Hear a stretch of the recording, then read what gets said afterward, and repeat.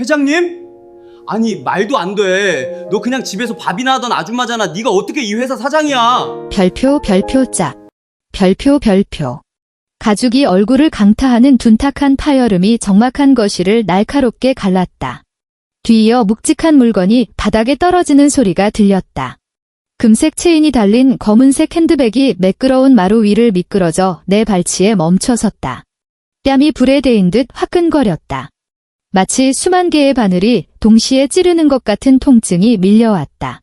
하지만 나는 손을 들어 뺨을 감싸지도 눈꺼풀을 떨지도 않았다. 그저 가만히 시선을 내려 발치에 널브러진 그 명품 가방을 응시할 뿐이었다. 싸구려 인조 가죽 냄새가 시어머니 몸에서 나는 지독한 파스 냄새와 뒤섞여 코끝을 찔렀다. 내 눈이 틀리지 않았다면 저건 샤넬의 클래식 플랫 미디엄 사이즈다. 하지만 진품 특유의 엠보싱이 살아있는 다이아몬드 퀼팅과 영롱한 광택은 어디에도 없었다. 찰랑거려야 할 체인 소리는 둔탁했고 눈앞에 놓인 저 물건의 가죽은 마치 냉동 창고에 3년은 처박혀 있던 돼지고기처럼 뻣뻣하게 굳어 있었다. 게다가 소위 빈티지 금장이라 우기는 저 버클은 구역질나는 녹슨 구리색을 띠고 있었다. 이것이 내 남편이라는 박민석, 그리고 그의 소위 재벌가 막내딸이라는 상간녀가 보낸 선물이었다. 강지원, 너 이 눈치 없는 것 좀 봐라. 멍하니 서서 뭐 하는 거야?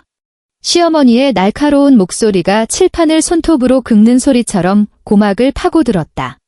그녀는 내가 결혼 전 피땀 흘려 모은 적금으로 산 이탈리아제 천연 가죽 소파 위에 양반다리를 하고 앉아 있었다. 그녀의 검지 손가락이 내 코앞을 삿대질하며 침을 튀겼다. 이거 안 보여? 우리 민석이 약혼녀 효진이가 나한테 선물한 거야. 이게 청담동 백화점에서도 새벽부터 줄을 서야 겨우 살 수 있다는 그 귀한 물건이라고. 몇 천만 원이나 한다더라. 너 같은 흙수저가 평생 이런 돈 구경이나 해봤겠냐? 나는 깊게 숨을 들이마셨다. 억눌린 분노로 폐가 옥신거렸다. 몇 천만 원. 박민석의 회사에 새로 들어온 인턴, 김효진이라는 그 여자는 동대문 도매시장 자판에서도 팔리지 않을 법한 S급도 아닌 B급 짝퉁으로 이 탐욕스러운 모자를 놀려먹고 있는 것이다. 더욱 기가 막힌 건 그녀가 사칭하고 있는 그 진짜 회장님 딸이 지금 난장판이 된 거실 한복판에 서서 가짜 명품이 주는 모욕을 견디고 있다는 사실을 꿈에도 모른다는 것이었다. 어머니, 이 가방은? 내가 입을 열자 모래를 한 줌 삼킨 듯 거칠고 쉰 목소리가 나왔다. 누가 내 어머니야? 시어머니가 탁자 위에 있던 리모컨을 집어던졌다. 플라스틱 뭉치가 내 어깨를 스치고 지나가 벽지에 흉한 생채기를 냈다. 누가 내 엄마냐고. 우리 민석이는 이제 곧 대기업 사위가 될 몸이야. 진짜 로열 패밀리라고. 내가 감히 어디라 대고 말댔고야? 우리 집에 3년이나 눌러앉아서 애 하나 못 낳는 주제에 매일 내 돈으로 밥 처먹고 살았으면 고마운 줄 알아야지. 이제 민석이가 진짜 사랑을 찾았다는데 양심이 있으면 알아서 기어나가야 할 거 아니야? 나는 고개를 숙여 수년간의 집안일로 거칠어진 내 손을 내려다보았다. 지난 3년. 나는 매일 새벽같이 일어나 오첩반상이 기본인 그들의 아침상을 차렸다. 김치조차도 종류별로 5가지를 맞춰 내놓아야 했다. 추석과 설날이면 혼자 부엌 구석에 쪼그려 앉아 수백 개의 전을 부쳤다. 허리가 끊어질 듯 아파 잠깐이라도 펴려 하면 굼뜨다고 욕을 먹었다. 박민석이 도박으로 날린 빚을 갚기 위해 어머니가 유품으로 남겨주신 폐물을 몰래 팔아야 했고 그들에게는 잃어버렸다고 거짓말을 했다가 3시간 동안 인격 모독을 당하기도 했다.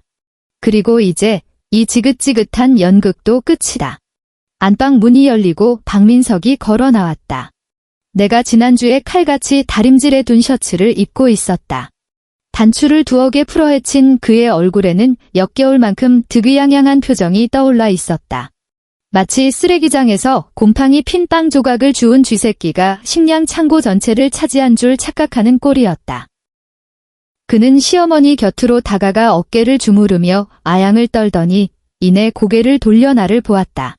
마치 음식물 쓰레기를 보는 듯한 경멸 어린 눈빛이었다. 지원아. 그의 목소리는 깃털처럼 가벼웠고 시혜를 베푸는 듯한 오만함이 묻어 있었다. 엄마 말 너무 서운하게 듣지 마. 현실이 그렇잖아. 사람은 물을 따라 흐르고 위를 보고 사는 거야? 효진이 집안이 어떤지 너도 들었지? 우리 회사 뒤를 봐주는 재벌 그룹이야. 내가 효진이랑 만나는 건 단순한 사랑 노름이 아니야. 우리 집안의 미래가 걸린 일이라고. 내가 정말 나를 사랑한다면 내 앞길을 위해서 비켜주는 게 맞지 않아? 사랑. 위장이 뒤틀리는 듯한 구역질이 목구멍까지 치밀어 올랐다. 어젯밤의 일이 떠올랐다. 그가 욕실에서 콧노래를 부르며 씻는 동안 침대 협탁 위에 놓인 그의 휴대폰이 미친 듯이 진동했다. 화면이 켜지는 순간 그 불빛이 내 눈을 찔렀다. 저장된 이름은 없었다. 그저 새빨간 입술 이모티콘 하나뿐. 메시지에는 텍스트가 없었다. 사진 한 장이었다. 선명한 두 줄이 그어진 임신 테스트기 사진. 곧이어 두 번째 메시지 알림이 떴다. 오빠, 우리 아기가 아빠 보고 싶대. 그 아줌마는 언제 나가? 어둠 속에 앉아있던 나는 침대 시트를 움켜쥐었다. 손가락 관절이 하얗게 질리고 손톱이 살을 파고들었지만 아픔조차 느껴지지 않았다. 울음이 터질 줄 알았는데 내 눈물샘은 말라비틀어진 우물처럼 물 한 방울 내보내지 않았다. 오직 발끝에서 정수리까지 차오르는 서늘한 한기뿐이었다. 이혼 합의서는 이미 도장 찍어놨어. 박민석이 서류 봉투를 탁자 위에 툭 던졌다. 집은 내 결혼 전 재산인 거 알지? 대출금은 내가 갚고 있었지만 명의는 엄연히 내 거니까 분할할 생각 마. 전세 보증금 정도는 내가 3년 동안 공짜로 먹고 자고 한 비용이라고 생각해. 너무 억울해하지는 마라. 효진이가 그러더라. 내가 얌전히 도장만 찍어주면 위자료로 500만 원 정도는 챙겨줄 수 있다고. 500만 원이면 너 같은 내가 몇 달은 버티기 충분한 돈이잖아. 500만 원. 나는 탁자 위에 놓인 얇은 서류 뭉치를 바라보았다. 입꼬리가 제멋대로 비틀리며 기괴한 호선을 그렸다. 내 3년의 청춘, 3년간의 식모살이, 그리고 그가 횡령한 공금을 메우기 위해 내가 남몰래 막아넣은 수억 원의 돈 그 모든 것의 대가가 고작 500만 원과 가짜 명품 가방 하나라니. 왜? 저거. 시어머니가 눈을 부라렸다. 탁하게 낀 눈동자에 탐욕이 번들거렸다. 강지원, 사람 욕심이 과하면 벌 받는다. 주제 파악 좀 해라. 민석이 말고 누가 너 같은 걸 거들떠나 보겠냐? 얼른 도장 찍고 나가. 우리 민석이 내일 장인어른 뵈러 가야 해서 바쁘니까. 나는 천천히 허리를 숙여 합의서를 집어들었다. 습기를 머금은 종이는 박민석의 척추처럼 흐물흐물했다. 좋아. 내가 나직하게 뱉었다. 박민석이 멈칫했다. 이렇게 순순히 나올 줄은 몰랐던 모양이다. 준비해두던 온갖 악담이 목구멍에서 턱 막힌 듯 했다. 그는 잠시 당황하더니 이내 그럼 그렇지 하는 표정으로 뻔뻔하게 웃었다. 그래, 생각이 통하네. 좋게 헤어지자고.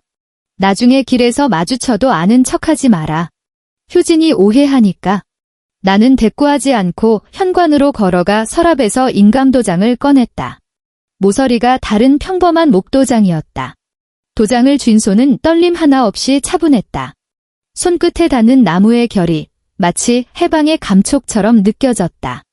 다시 탁자 앞으로 돌아온 나는 합의서를 펼쳤다. 선명한 붉은 인주가 종이 위에 찍히며 쿵 하는 작은 소리를 냈다. 그 소리는 아까 내 뺨을 때린 소리보다 훨씬 더 묵직하게 울려 퍼졌다. 마치 결혼이라는 이름의 감옥을 부수는 망치 소리 같았다. 나는 허리를 펴고 합의서를 박민석 앞으로 밀어주었다. 다 됐어. 내 목소리는 나조차 놀랄 만큼 평온했다. 부디 높이 날아올라봐. 박민석은 합의서를 낚아채듯 가져가 보물단지라도 되는 양 꼼꼼히 살폈다. 내가 딴짓을 하지 않았다는 걸 확인한 그의 얼굴에 광기 어린 환희가 번졌다. 그는 나를 쳐다보지도 않고 뒤로 돌아서서 시어머니를 끌어안았다. 엄마, 됐어. 드디어 자유야. 이제 효진이랑 결혼할 수 있어. 아이고 내 새끼. 잘됐다. 잘됐어. 우리 집에 이제 돈벼락이 떨어지는구나. 모자는 마치 로또 1등에 당첨된 사람들처럼 방방 뛰며 환호했다. 나는 그 기이한 광경을 바라보며 말로 다 할 수 없는 연민을 느꼈다. 나 자신이 아니라 저들을 향한 연민이었다. 그들은 모른다. 그들이 붙잡았다고 믿는 그 재벌가와의 인연이 신기루에 불과하다는 것을. 그리고 진짜 재벌은 방금 이혼 합의서에 도장을 찍어줬다는 것을. 나는 안방으로 들어가 미리 싸둔 캐리어를 끌고 나왔다. 가방은 깃털처럼 가벼웠다. 안에는 결혼 전에 입던 낡은 옷 몇 벌뿐이었다. 지난 3년간 장만했던 살림살이, 이 집구석의 냄새가 밴 물건은 단 하나도 가져가고 싶지 않았다. 현관문을 나서는 순간 서울 하늘에서는 초겨울 첫 비가 내리고 있었다. 을씨년스러운 바람이 빗줄기를 몰고 내 옷깃 안으로 사정없이 파고들었다. 아파트 단지 내 쓰레기 분리수거장 쪽에서 이웃 아줌마 몇 명이 모여 웅성거리고 있었다.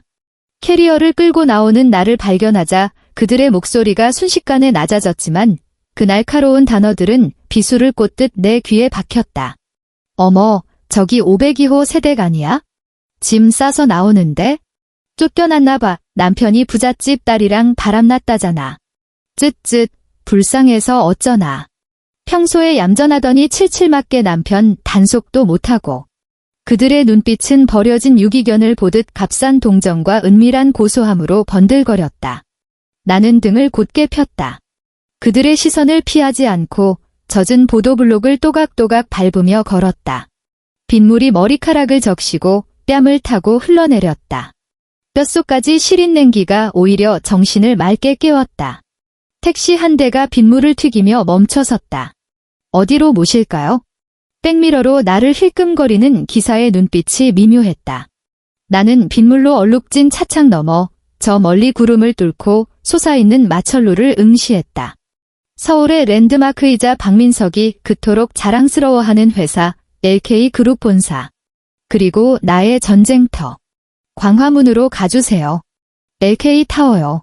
다음 날 아침. 서울의 하늘은 여전히 잿빛 구름으로 무겁게 내려앉아 있었다. LK타워 1층 로비.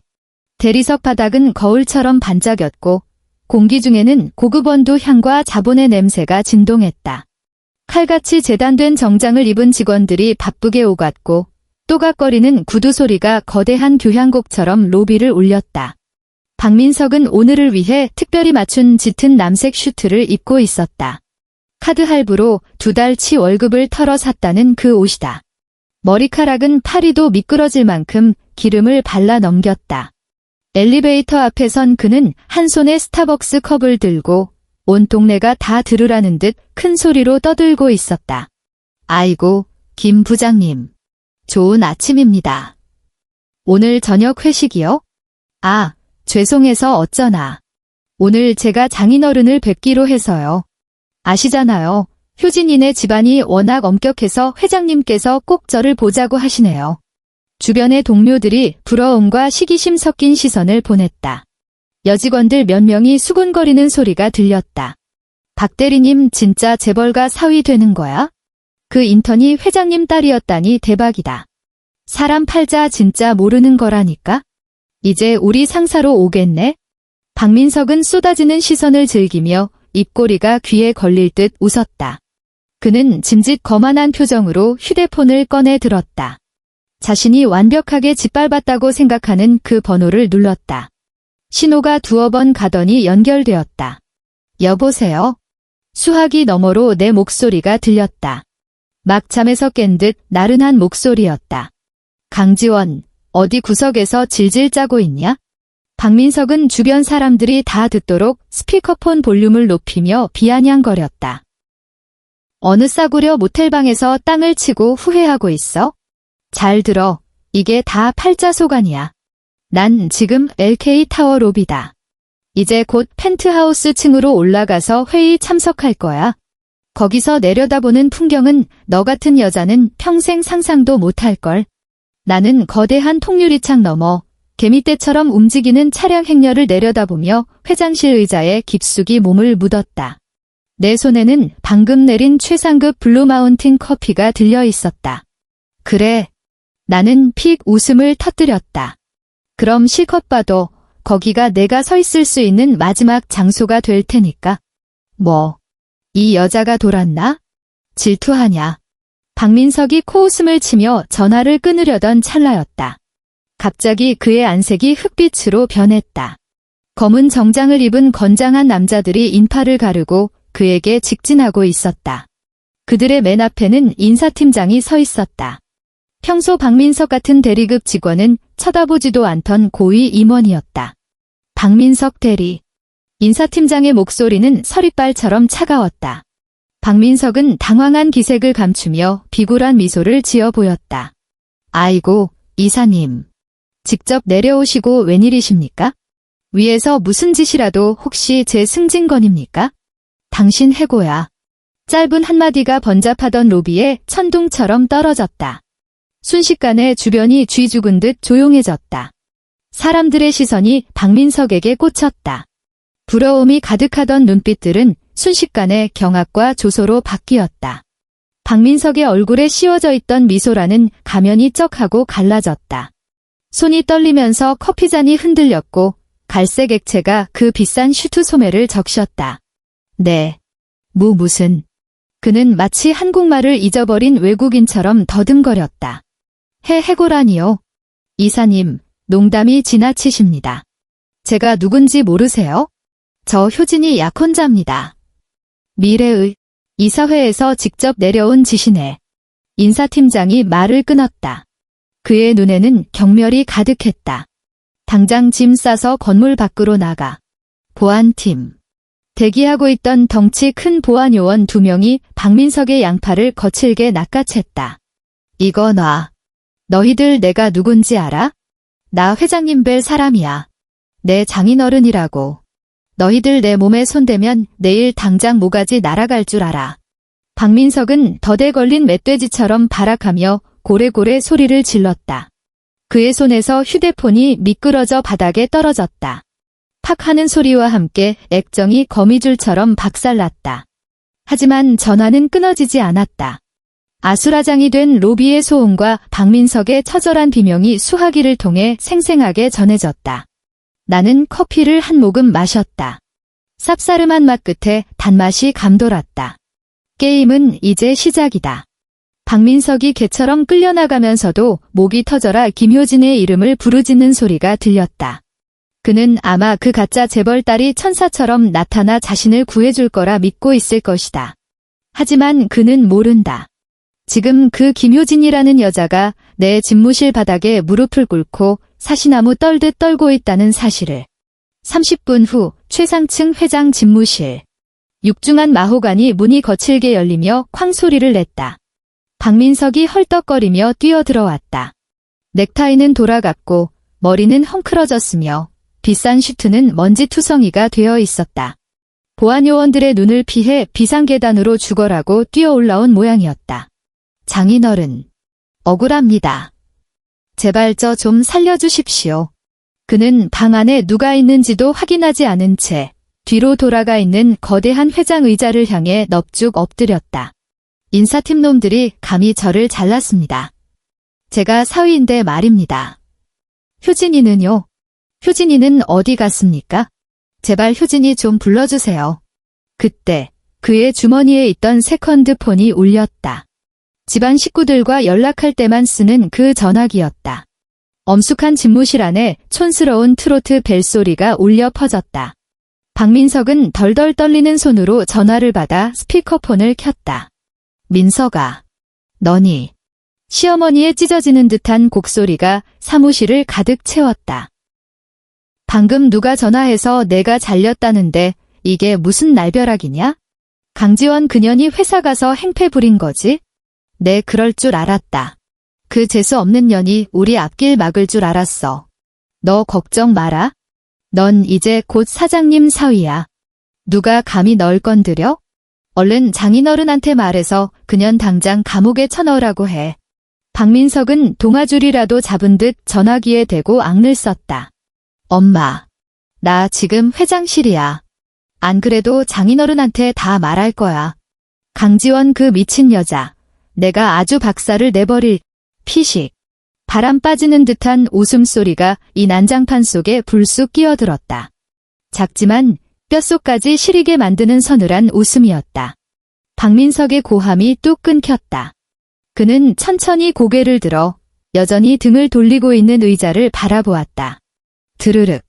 바퀴가 바닥을 구르는 소리가 사형 선고처럼 들렸다. 의자가 아주 천천히 돌아갔다. 가장 먼저 보인 것은 붉은 밑창이 인상적인 검은색 하이힐을 신은 채 꼬고 있는 다리였다. 이어 몸에 딱 맞는 흰색 정장과 조명 아래서 차갑게 빛나는 다이아몬드 브로치가 드러났다. 그리고 마침내 박민석의 숨통을 조일 듯 익숙하면서도 소름 끼치도록 낯선 얼굴이 나타났다. 나는 손에 든 만년필을 가볍게 돌리며 바닥에 엎드린 전 남편을 내려다보았다.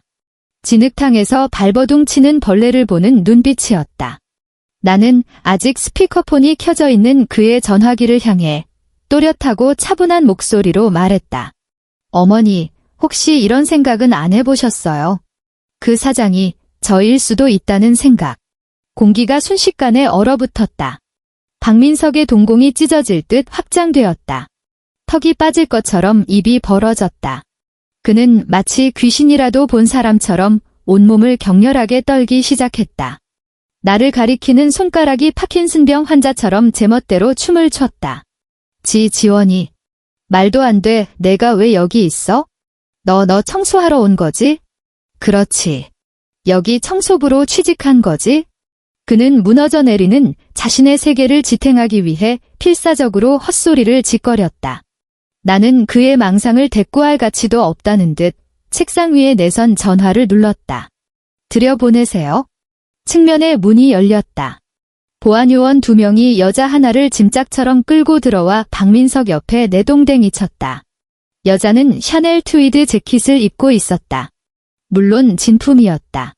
내가 지난달 유행이 지났다고 의류 수거함에 버린 그 옷이었다. 여자의 화장은 눈물 범벅이 되어 있었고 검은 마스카라 국물이 뺨을 타고 흘러내려 기괴한 피에로 같았다. 김효진이었다. 효진아. 박민석은 구세주라도 만난 듯 바닥을 기어가 그녀의 팔을 붙잡았다. 빨리 아버지한테 말씀드려. 저 미친 여자 좀 쫓아내라고 해. 제 강지원이야. 내 전처라고. 청소부 주제에 감히 회장님 자리에 앉아서 이거 놓으세요. 김효진이 비명을 지르며 박민석의 손을 뿌리쳤다. 마치 더러운 오물이라도 묻은 것처럼 기겁을 했다. 그녀는 무릎으로 기어 내 책상 앞으로 다가오더니 이마가 깨질 듯 바닥에 머리를 찧었다. 상무님. 아니, 회장님. 죽을 죄를 졌습니다. 제발 한 번만 살려주세요. 저희 엄마가 이 댁에서 30년 넘게 일했잖아요. 그 정을 봐서라도 제발 제가 귀신에 씌었나 봐요. 사모님 옷이랑 가방 훔친 거 제가 다 변상할게요. 뭐. 박민석이 석고상처럼 굳어버렸다. 그의 뇌가 과부하라도 걸린 듯 삐걱거리는 소리가 들리는 것 같았다. 그는 멍하니 김효진을 보다가 다시 나를 올려다보았다. 회장님. 옷을 훔쳐. 나는 만년필을 책상 위에 내려놓고 상체를 앞으로 숙여 박민석의 하얗게 질린 얼굴을 내려다보았다. 박민석 씨, 정식으로 인사할게. 손가락을 들어 바닥에서 사시나무 떨듯 떨고 있는 김효진을 가리켰다. 이 김효진 씨, 확실히 저와 관계가 있는 사람은 맞습니다. 이 사람 어머니가 우리 본가 주방에서 설거지와 자비를 담당하시는 참모님이시거든요. 그리고 그녀가 떠벌리고 다닌 그 대단한 재벌 배경이라는 건? 나는 잠시 말을 멈추고 잔인한 미소를 지어 보였다. 제가 안 입는 헌 옷을 훔쳐 입고 제가 버린 가짜 가방을 주워다가 당신 앞에서 버린 연극일 뿐입니다. 그리고 당신은 마치 멍청이처럼 그 가정부 딸에게 홀려서 진짜 LK그룹 후계자를 헌신짝처럼 내다 버린 거고요. 전화기 너머로 쿵 하고 무거운 물체가 쓰러지는 소리가 들려왔다. 뒤이어 다급한 비명이 터져나왔다. 큰마님 쓰러지셨어요. 빨리 119 불러. 시어머니도 이 모든 사실을 들어버린 게 분명했다. 박민석의 세상이 완전히 무너져 내렸다. 그는 바닥에 주저앉은 채 텅 빈 눈동자로 허공을 응시했다. 입술이 파르르 떨리며 의미 없는 소리만 새어나왔다. 아니야, 말도 안 돼. 이건 꿈이야. 이건 악몽이라고. 나는 자리에서 일어났다. 또각. 하이힐 굽이 대리석 바닥을 찍는 소리가 명징하게 울렸다. 나는 한 걸음씩 그에게 다가가 허리를 굽히고 그의 귓가에 입술을 가져갔다. 한때 그에게 수없이 사랑을 속삭였던 그 거리에서 지금 나는 그에게 사형 선고를 내리려 하고 있었다. 악몽은 이제 시작이야, 민서가. 책상 위에 있던 결제, 서류 파일에서 두툼한 문서를 꺼냈다. 재무팀이 밤새워 정리한 증거 자료였다. 공금 횡령 3억 5천만 원 사용처는 명품 구입, 특급 호텔 숙박, 그리고 불법 도박. 이 돈 대부분이 저 가짜 공주님한테 들어갔더구나. 나는 서류 뭉치를 그의 얼굴에 거칠게 패대기 쳤다. 날카로운 종이 모서리에 긁힌 그의 뺨에서 가느다란 핏방울이 배어나왔다. 지금 기절하면 곤란해. 법무팀에서 이미 소장 작성을 끝냈거든. 액수가 워낙 커서 아마 남은 인생은 감방에서 콩밥 먹으며 보내게 될 거야. 아, 참, 내가 그 장인어른한테 잘 보이겠다고 넘긴 회사 기밀들. 그건 하나하나가 징역형 감인 거 알지? 박민석이 넙죽 엎드려 내 다리를 끌어안았다. 콧물과 눈물이 뒤범벅된 얼굴이 내 구두를 더럽혔다. 지원아. 여보. 내가 잘못했어. 난 정말 몰랐어. 나도 속은 거야. 내가 사랑하는 건 너뿐이야. 내 마음속엔 항상 너밖에 없었어. 우리 3년 부부정을 봐서라도 한 번만 살려줘. 내가 평생 개처럼 일해서 갚을게. 제발. 한때 천하를 다 가진 듯 유세 떨던 남자가 발밑에서 꼬리치는 개처럼 구걸하는 꼴을 보자 내 마음속에 남아있던 마지막 미련조차 흔적 없이 사라졌다. 남은 건 끝없는 혐오뿐이었다. 나는 발을 들어 가차없이 그를 걷어찼다. 보안팀. 3년 전이 떠올랐다. 폭설이 내리던 날 그의 생일 케이크를 사기 위해 유명 제과점 앞에서 4시간을 떨었다. 하지만 생크림이 살짝 녹았다는 이유만으로 그는 나를 케이크와 함께 눈밭에 밀어버렸다. 그때 느꼈던 추위는 지금보다 10,000배는 더 뼈가 시렸다. 이 쓰레기 당장 내다 버려요. 앞으로 LK타워 반경 500m 안에서 이런 오물은 다시 보고 싶지 않으니까? 보안요원 2명이 죽은 개를 끌고 가듯 박민석을 양쪽에서 잡아채 일으켰다. 그는 도살장에 끌려가는 돼지처럼 꾀꾀거리며 내 이름을 불러댔다. 김효진은 옆에서 이마가 피투성이가 되도록 바닥에 머리를 찍고 있었다. 나는 몸을 돌려 그 역겨운 광경을 외면했다. 통유리창 앞으로 걸어갔다. 어느새 비는 그쳐 있었다. 먹구름이 거친 사이로 황금빛 햇살 한 줄기가 구름을 뚫고 서울이라는 강철수 위로 쏟아지고 있었다. 유리창에 내 모습이 비쳤다. 늘 주눅 들어있던 보풀린 스웨터를 입고 기름 냄새를 풍기던 강지원은 죽었다.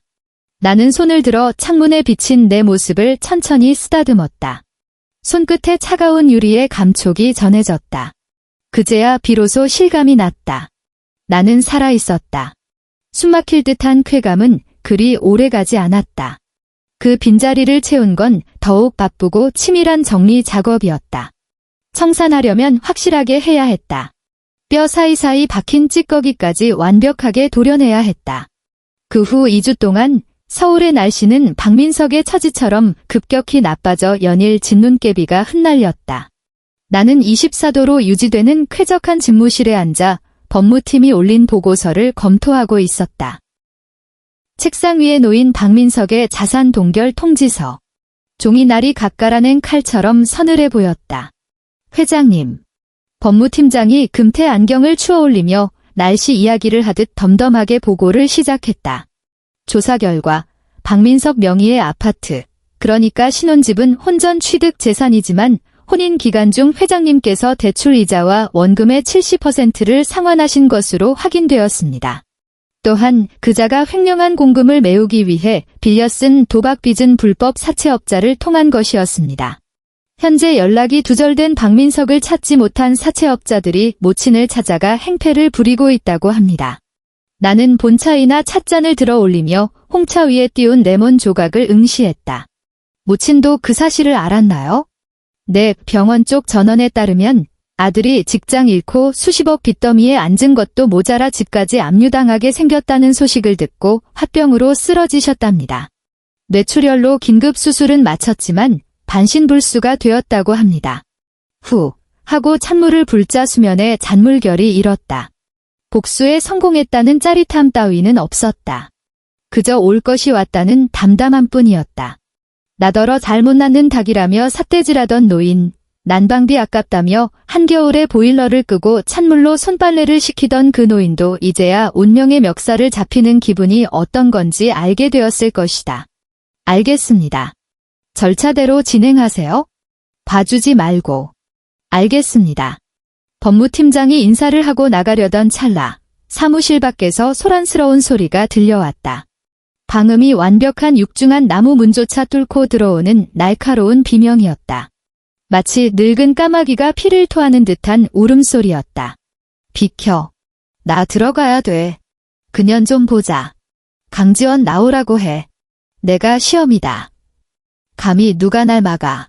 나는 찻잔을 내려놓았다. 찻잔 받침과 부딪히며 달그락하는 맑은 파열음이 났다. 왔구나. 자리에서 일어나 치맛단을 정리하고 거대한 양문 앞으로 걸어갔다. 차가운 문손잡이에 손을 얹고 잠시 숨을 고른 뒤 단번에 문을 활짝 열어젖혔다. 문 밖의 풍경은 그야말로 부조리극의 한 장면이었다. 넓고 환한 복도 한가운데 제복 입은 보안요원들이 어쩔 줄 몰라하며 원을 그리고 있었다. 그 원의 중심에는 낡은 휠체어 한 대가 있었다. 휠체어에 앉아있는 건 다름 아닌 전 시어머니였다. 불과 보름 만에 10년은 늙어버린 듯 했다. 한 올해 흐트러짐 없이 스프레이로 고정했던 머리는 쥐어뜯긴 잡초처럼 헝클어져 허연 두피를 드러내고 있었다. 입은 한쪽으로 심하게 돌아갔고 제어되지 않는 침이 입가를 타고 흘러 얼룩진 낡은 카디건 위로 뚝뚝 떨어졌다. 휠체어를 밀고 있는 건 박민석이었다. 그날 사무실에서 끌려나갈 때보다 훨씬 더 처참한 몰골이었다. 눈가는 퀭했고 수염은 덥수룩했으며 보물처럼 아끼던 그 맞춤 정장은 짠지 독에서 건져낸 시래기처럼 쭈글쭈글하게 몸에 걸쳐져 있었다. 내가 모습을 드러내자 복도가 순식간에 조용해졌다. 모든 시선이 나에게 꽂혔다. 평소 탕비실에서 수군대던 직원들이 파티션 뒤에 숨어 고개만 빼꼼히 내민 채 휴대폰을 들고 촬영하고 있었다. 지원. 시어머니가 나를 발견하더니 구세주라도 만난 듯, 아니 원수라도 만난 듯 눈을 부릅떴다. 마비되지 않은 왼쪽 손을 덜덜 떨며 나를 가리키고는 웅얼거리는 괴성을 질렀다. 어버버 너, 이 독한 년. 박민석은 지푸라기라도 잡는 심정으로 딱딱한 대리석 바닥에 무릎을 꿇었다. 쿵 하고 무릎뼈가 바닥에 부딪히는 소리가 둔탁하게 울렸다. 지원아. 여보. 드디어 만나주는구나. 그는 무릎걸음으로 기어와 내 치맛자락을 잡으려 했지만 옆에 있던 보안요원이 재빨리 제지했다. 여보, 내가 잘못했어. 진짜 잘못했어. 엄마가 저렇게 된 거 보면 알잖아. 제발 한 번만 봐줘. 그 소송들 좀 취하해주면 안 될까? 엄마 병원비도 없고 집까지 넘어가면 우린 당장 길바닥에 나앉아야 해. 눈물 콧물 쏟으며 애원하는 꼴이 내막을 모르는 사람이 보면 병든 시어머니를 내치는 악독한 며느리에게 비는 효자처럼 보일 지경이었다. 나는 미동도 없이 그를 내려다보았다. 박민석 씨. 내 목소리는 크지 않았지만 적막한 복도에서 구슬이 구르듯 또렷하게 울려 퍼졌다. 여기는 회사입니다. 당신들 신파극 찍는 세트장 아니에요. 나는 고개를 돌려 휠체어에서 계속 몸을 비틀고 있는 노인을 바라보았다. 기억이 썰물처럼 밀려왔다. 결혼 첫 해 추석이 생각났다. 그릇 하나를 깼다는 이유로 베란다에서 2시간 동안 무릎 꿇고 손을 들게 했었다. 달이 유난히 밝고 바람이 차가웠던 그 밤. 내 무릎 감각은 사라져갔는데 그녀는 거실에서 예능 프로그램을 보며 깔깔거리고 내가 사온 비싼 과일을 까먹고 있었다. 내가 고열로 알아누웠던 날도 떠올랐다. 그녀는 안방으로 쳐들어와 이불을 걷어차며 꾀병 부리지 말라고 소리쳤다. 당장 일어나서 술 먹고 들어온 박민석 북엇국이나 끓이라며 내 등을 때렸었다. 어머니. 3년 동안 불렀던 그 호칭을 입에 담았지만 예전에 그 주눅든 목소리가 아니었다. 기억나세요? 며느리는 남의 집 종년이라 들어오면 죽은 듯이 소처럼 일만 해야 한다고 하셨죠. 시어머니의 눈이 휘둥그레졌다. 탁한 눈동자에 공포가 서렸다. 힘들다고 하면 나가 죽으라고도 하셨고요. 지금 건물은 제 것이고 이 회사도 제 것입니다. 어머니 논리대로라면 이제 어머니가 나가 죽으실 차례 아닌가요? 시어머니가 분에 못 이겨 휠체어 팔걸이를 내리쳤다. 입가에 거품이 물렸고 돌아가 버린 얼굴이 분노와 수치심으로 기괴하게 일그러졌다. 지원아, 너 어떻게 어른한테 그런 말을 해? 박민석이 말도 안 되는 도덕적 잣대를 들이밀며 소리쳤다. 하루를 살아도 부부고 3년을 살았으면 정이 있는 거야. 이혼했어도 한때는 내 엄마였잖아. 사람이 어떻게 그렇게 피도 눈물도 없어? 돈 좀 생겼다고 폐륜아가 되기로 한 거야? 주변에서 수군거리는 소리가 들려왔다. 나는 헛웃음을 터뜨렸다. 몸을 돌려 뒤에서 구경하고 있는 직원들과 박민석을 향해 천천히 입을 열었다. 다들 그렇게 관심이 많으시니 그놈의 정이라는 거 계산 한번 해봅시다. 나는 비서에게서 태블릿 PC를 건네받아 손가락으로 화면을 넘겼다. 복도 끝에 설치된 대형 전자 게시판으로 영상 하나를 전송했다. 우리 집 거실 CCTV 영상이었다. 박민석이 내가 집에서 노는지 감시하겠다며 달아놓았던 바로 그 카메라였다. 화면 속에서 나는 무릎을 꿇고 걸레질을 하고 있었고 시어머니는 소파에 앉아 호박씨를 까먹으며 내가 방금 닦은 바닥의 껍질을 태퇴 뱉고 있었다. 똑바로 안 닦아? 밥 처먹고 힘을 어디다 쓰는 거야? 에잉, 재수 없는 년 보기만 해도 부정타네. 화면이 바뀌었다. 심야 시간. 만취해서 들어온 박민석이 내가 타온 꿀물을 발로 걷어차고 내 머리채를 잡아 벽에 찍고 있었다. 돈 내놔. 돈 어딨냐고. 장모가 남겨준 그 금팔찌 내놓으라고. 가서 본전 찾아야 한다니까. 영상에는 소리가 없었지만 그 폭력적인 몸짓과 흉악한 표정만으로도 보는 사람의 숨을 턱 막히게 하기에 충분했다. 직원들 사이에서 비명이 터져나왔다. 호기심 어린 눈으로 구경하던 사람들의 시선이 순식간에 경멸과 혐오로 바뀌어 박민석을 쏘아보았다. 박민석의 얼굴이 핏기 하나 없이 창백해졌다. 그는 허둥지둥 일어나 화면을 가리려 했지만 보안요원들에게 제압당했다. 꺼. 당장 꺼. 이거 불법이야. 사생활 침해라고. 그는 극도의 공포에 질려 쉰 목소리로 악을 썼다.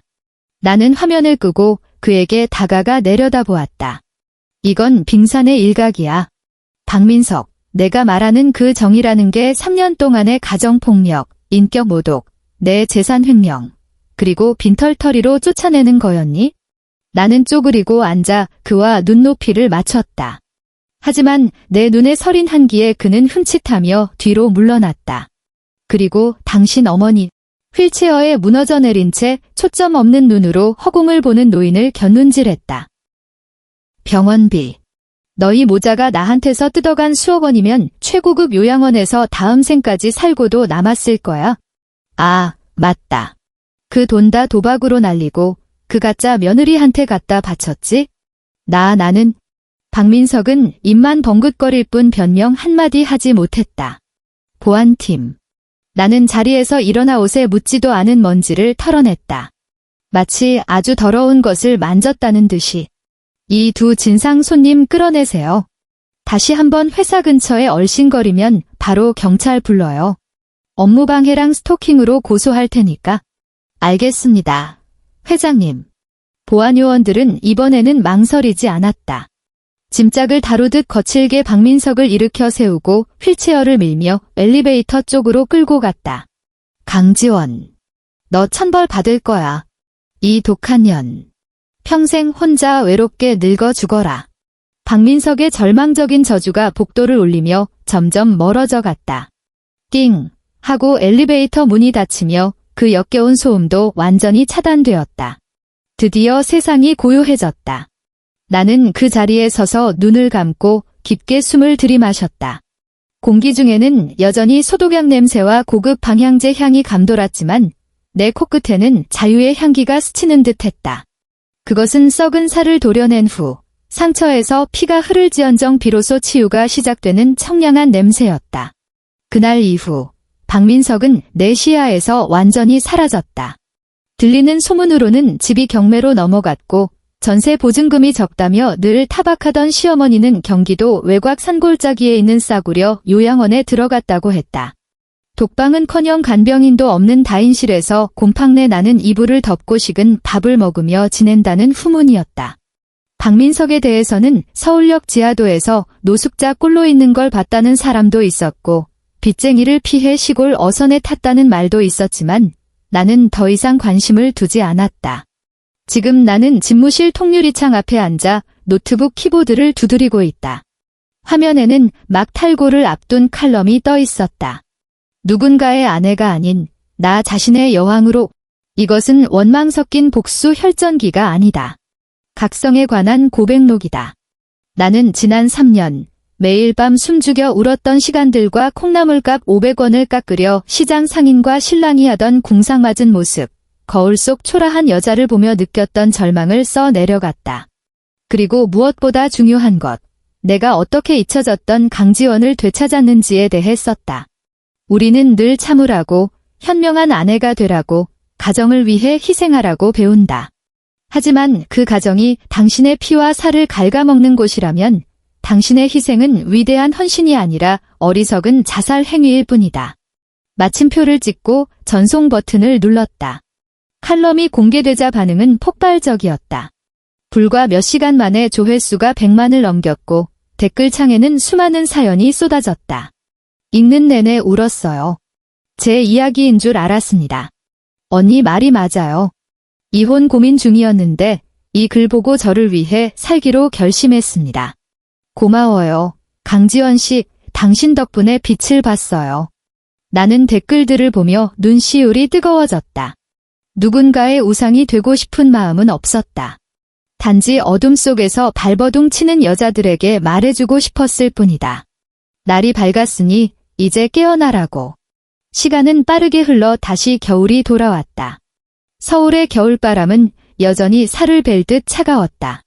LK타워 최상층.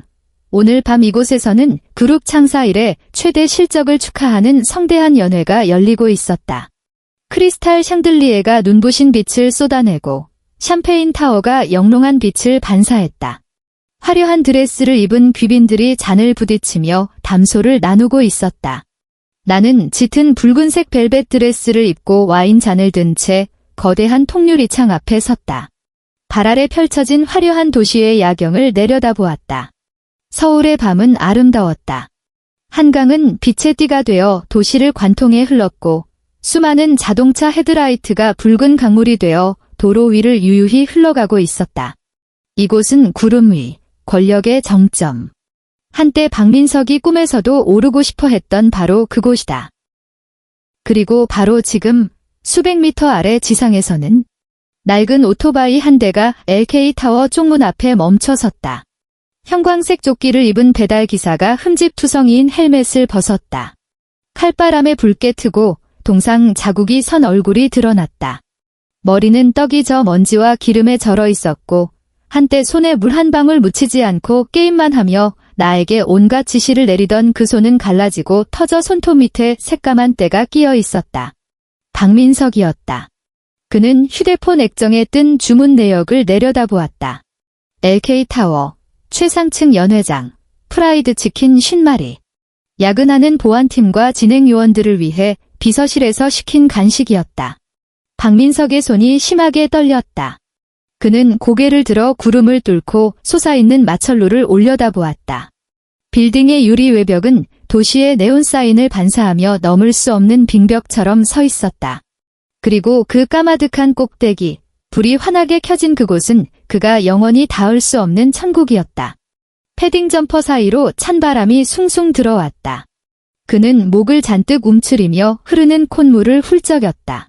한때 그는 자신이 이곳의 주인이고 나는 부엌대기 하녀라고 믿었다. 지금 그는 고작 몇천 원의 배달비를 벌기 위해 칼바람 속에서 떨고 있고 나는 구름 위에서 세상을 내려다보고 있다. 아씨 진짜 춥네. 그가 쉰 목소리로 중얼거렸다. 그 순간 어쩌면 그는 뜨끈한 해장국 한 그릇을, 칼같이 다려진 셔츠를, 비 오는 날 우산을 들고 마중 나오던 여자를 떠올렸을지도 모른다. 하지만 모든 것은 이미 늦었다. 유리창 너머로 무언가 느껴진 듯 내 시선이 겹겹이 쌓인 어둠을 뚫고 저 아래 보이지 않는 작은 점을 향했다. 하지만 시선은 머무르지 않았다. 나는 몸을 돌려 차가운 밤을 등지고 따뜻하고 환한 연회장 안으로 걸음을 옮겼다. 그곳에는 나의 사업, 나의 존엄, 그리고 나의 새로운 인생이 기다리고 있었다. 회장님, 축하드립니다. 누군가 다가와 건배를 청했다. 나는 미소 지으며 잔을 들어 올렸다. 붉은 와인이 불꽃처럼 찰랑거렸다. 자유를 위하여. 나는 나직하게 을조리며 잔을 비웠다. 끝.